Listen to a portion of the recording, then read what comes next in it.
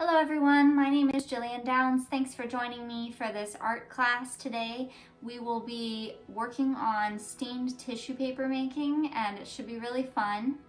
A couple materials that you should have on hand before we get started are, first of all, a piece of watercolor paper.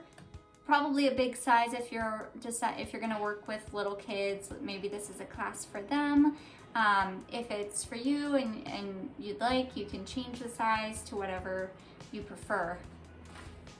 Also, some drawing paper is really handy so we can have plenty of space to sketch out and work on our visual vocab, just practicing drawing from animal reference photos. Speaking of which, you'll want some animal reference photos. Anything will work really. I suggest pulling from the internet to get some photos, or even a great book recommendation if you want to get extra spiffy with it is this Animal Anatomy book for artists by Elliot Goldfinger. It's wonderful. I was recommended this actually in my illustration program. I just completed my master's in illustration and this was one of the books that we pulled from most often. It has visual references of skeletons and muscular structures and everything you need to know about the inside of an animal. And if you look at the inside and work out, that's a great way to approach learning more in depth about how to accurately depict animals. For today's lesson, I'm going to be focused more on the beginning stage, so we're not going to get too technical or advanced with anything. We're just going to talk about how a couple simple steps to break down animals into shapes and then link them back together and make sure your spacing is correct and accurate just by looking at a reference photo. So any reference photo will do, and I believe that's actually it. So go ahead and grab those materials. Oh, you're also going to want a pencil, of course, and an eraser would be helpful for sure, and a sharpener. All of those things are great. All right. For the second part of this project, you'll also need to have water and a paintbrush, and also bleeding tissue paper, which I put this photo up so you can see where I got it from on Amazon. Obviously, there's a lot of different options. Definitely make sure you grab some because we'll be using this, like I said, in the second half of this video. Thanks. Over here on the board, we can see the various stages of this project. First, we'll be drawing with our pencil just to do some sketch work. But then once we decide on the animal that we prefer, we'll switch over to our watercolor paper. And then we'll be sketching our animal using pencil onto our paper and then staining it using tissue paper. And lastly, covering it with your choice of medium. Could be markers or Sharpie markers or paint, pastels, crayons, whatever you have access to just bring out the animal back on top of the stained background. All right, starting out, I'm gonna take a look at my animal here and notice if I see any major shapes in the animal. The shapes are very organic, which means that they're not exactly like square, or perfect rectangle. They're a little bit more natural. So it might be a lumpy square or a lumpy circle or a weird oval or something like that. So right off the bat, I see that the cat has kind of like a roundish shape, but it's not like perfectly round. So there's probably some shapes in there I can sort out. There's some shapes here, which if you've guessed already, those are triangles, right? And then the nose is kind of like a triangle too, but it's a little bit dipped funny. And the eyes, maybe I could start off with thinking about them as an oval. For the body, it's kind of like an oval too, but it's like the oval is going this way. It's on a slant. And then I don't want to forget about where his little arms are. So they're right out in front and they're kind of tucked underneath this fluffy part. So I'm just going to spend this first time with whatever reference photo you have. Really look at it and try to pick out the shapes without even drawing. Just look. Spend about 1 minute to 2 minutes doing this, and then you can start actually sketching those shapes on your paper. So your shapes might not start off in the perfect position. For example, I might look at his ears and go like this. Look at his head and kind of go like that. Draw my oval a bit. And maybe I draw the triangle here. And I draw his eye slightly above the triangle. And I draw kind of like an oval. What you might find with younger kids is maybe they separate some of these shapes even. That's okay. We're still looking. Just keep encouraging them to look inside and really think about how the animal looks, not just a guess or just going off of how we would draw a cartoon cat, but really looking at our photo. So that's an okay start, right? But now what I need to do is really think about the tilts and the angles. So I got these shapes plotted down, but I didn't think a whole lot about where they were positioned or how far apart they were. And I noticed right away that the ears are actually a lot closer together in my picture than what I did up here. And the eye, it's a lot farther down from the ear. It's probably down here. And that means that the nose is beneath that, because I can see it's dropping even farther down. And there's also a little bit of another eye over here that I've missed entirely. So now what I can do is resketch again next to it even. We're just going to use the same piece of paper. We can fill this whole piece of paper up. No need to waste it. So I'm just going to start again. And this time I'm going to think about how close things are. So this is the tricky part, because sometimes your brain just gets you to think of it like it connects it for you.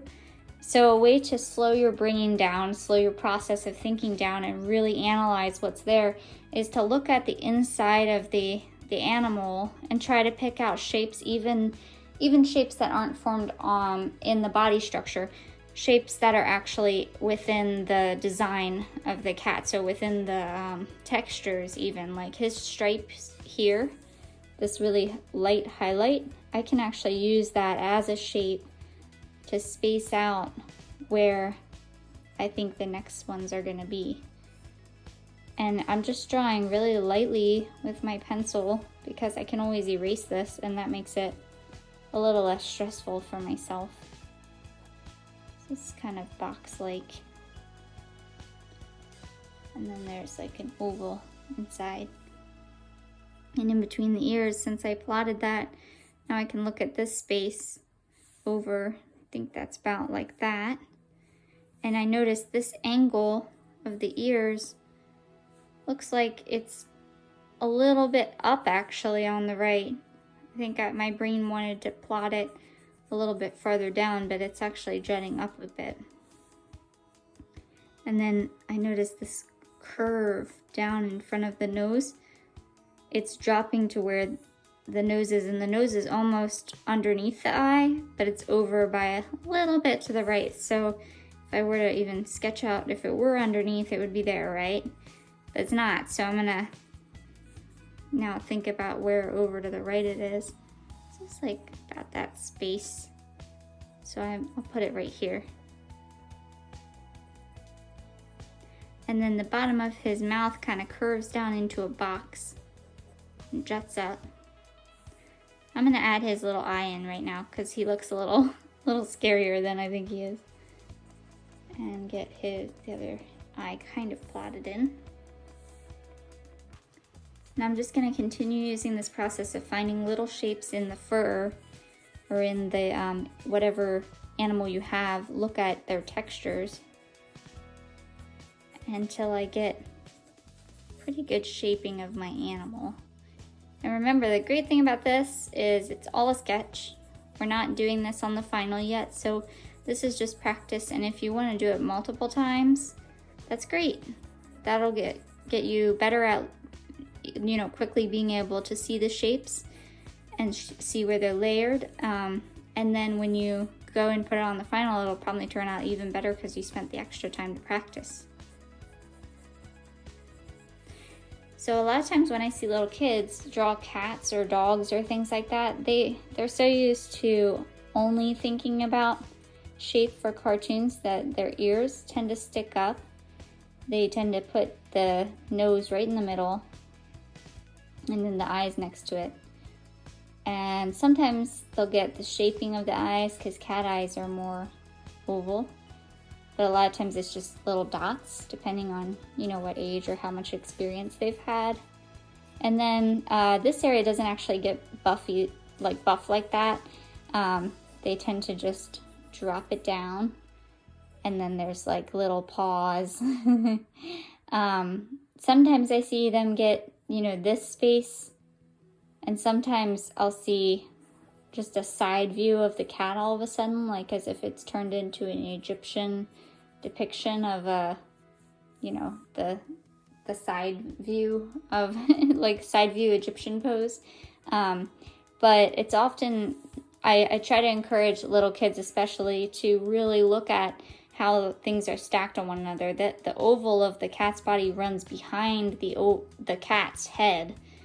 If it were like this, you know, that could possibly be doable because he's kind of turned up, right? But a lot of times things are connected more so. So right now it looks like his head might actually not be connected to his body because his body would really be shorter. It would be more like that for an actual cat.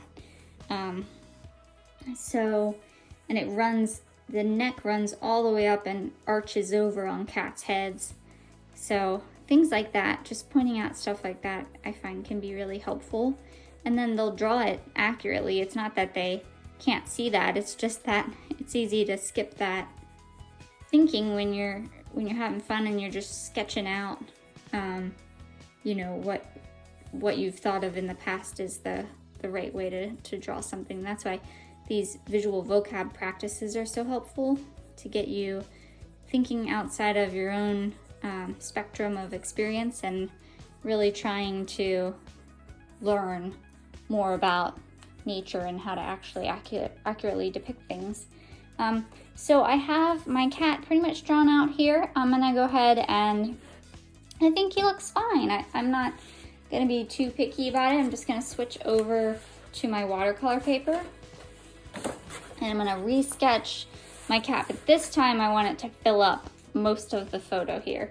To do that, I might think about where the cat paws and the back of the cat are, where all the side points are. So near his neck's over here, you know, to his bottom's over there, and his feet are in front of that, and his head is above where his body structure is. So I could even quickly jot, you know, some points for myself, just exterior points, very lightly and very loosely, just to make sure I don't forget to extend my cat that way. And then maybe I go back to the middle and I just continue to jump around with my eyes as much as I can. I remember this ear was a little bit higher than the other.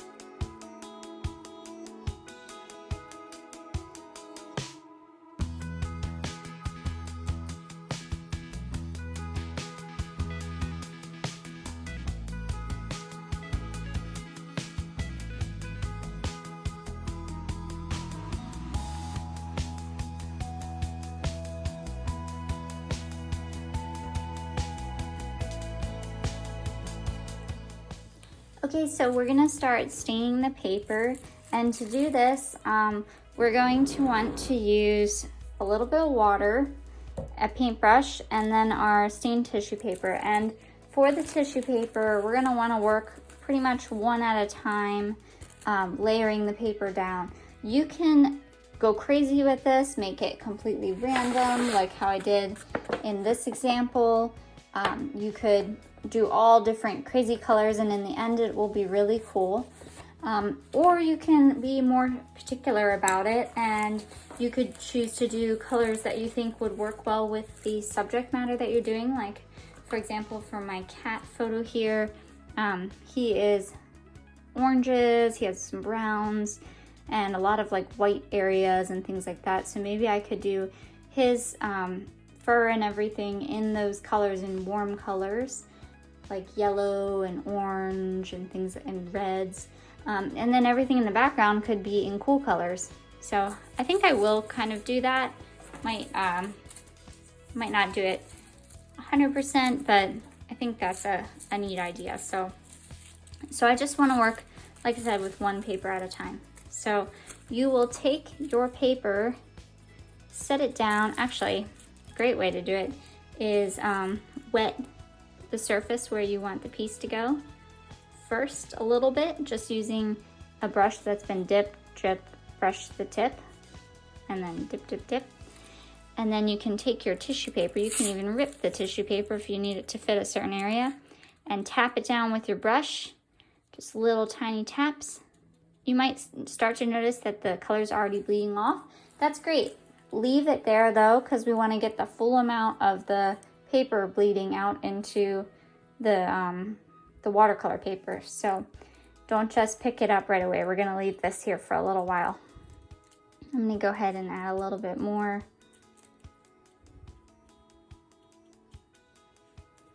All right, and just have fun doing this.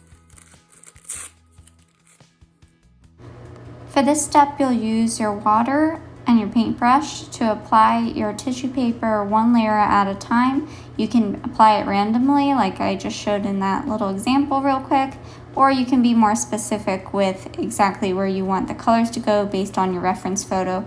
I think I'm going to do that for this one. So I'm going to start off, add a little bit of water, and then attach my tissue paper, which I can cut to the size I need, and then add a little bit more water on top of that to fasten it down with tiny little taps. You can just continue doing this and have fun with it.